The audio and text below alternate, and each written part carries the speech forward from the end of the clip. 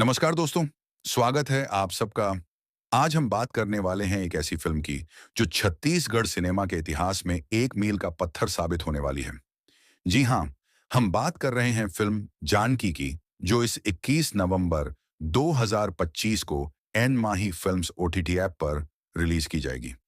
इस फिल्म की सबसे खास बात यह है कि इसे आप पूरे 9 भाषाओं में देख पाएंगे। हिंदी, छत्तीसगढ़ी, उड़िया, भोजपुरी, बंगाली, गुजराती, सिंधी, तेलुगु और तमिल। यानी मनोरंजन की कोई सीमा नहीं। हर भाषा के दर्शक इसका आनंद उठा सकेंगे।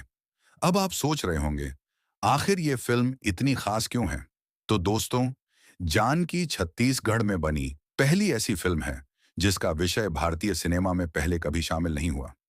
यह फिल्म 13 जून 2025 को पूरे भारत में रिलीज होने वाली थी, लेकिन सेंसर बोर्ड ने इसे रोक दिया। और वजह क्या थी? क्योंकि फिल्म का नाम था जानकी और मुख्य अभिनेत्री का नाम भी रखू जानकी रखा गया था। इसी विवाद के चलते फिल्म को रिलीज से रोक दिया गया।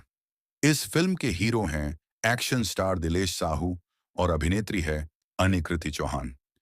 लंबे संघर्ष के बावजूद फिल्म की टीम ने हार नहीं मानी।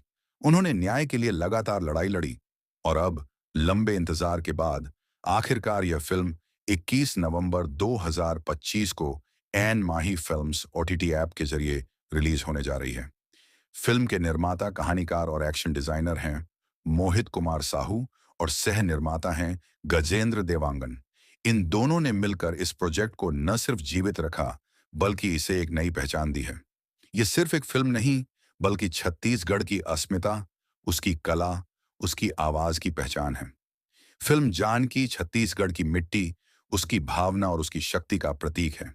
तो आइए 21 नवंबर को आप भी एन माही फिल्म्स ओटीटी ऐप का सदस्य बनकर फिल्म जानकी का समर्थन करें। दुनिया को ये एहसास दिलाए कि छत्तीसगढ़िया सबसे बढ़िया, क्योंकि ये सिर्फ एक फिल्म नहीं, ये छत्तीसगढ़ की संस्कृति, संघर्ष और सम्मान की कहानी है।